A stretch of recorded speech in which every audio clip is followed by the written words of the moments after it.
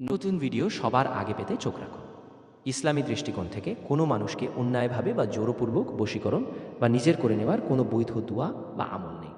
তবে প্রিয় মানুষের ভালোবাসা ও সুসম্পর্ক লাভের জন্য এবং মনের মিল হওয়ার উদ্দেশ্যে আল্লাহ তাআলার কাছে কিছু উত্তম দুয়ার মাধ্যমে সাহায্য চাওয়া যায়। ভালোবাসা ও দাম্পত্য জীবনে আন্তরিকতা বৃদ্ধির এবং প্রিয় মানুষের নিখুঁত ভালোবাসা পেতে কোরআনে বর্ণিত কিছু আমল রয়েছে।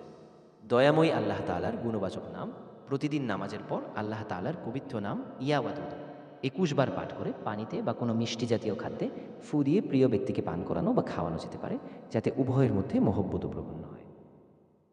পবিত্র কুরআনের আয়াত সূরা তোহার ১৯ নম্বর আয়াতের অংশ, ওয়া আলকাইতু আলাইকা মাহাব্বাতাম মিন্নি, অর্থাৎ আমি তোমার উপর আমার পক্ষ থেকে ভালোবাসা অর্পণ করলাম। প্রতিদিন পাঠ করা যেতে পারে।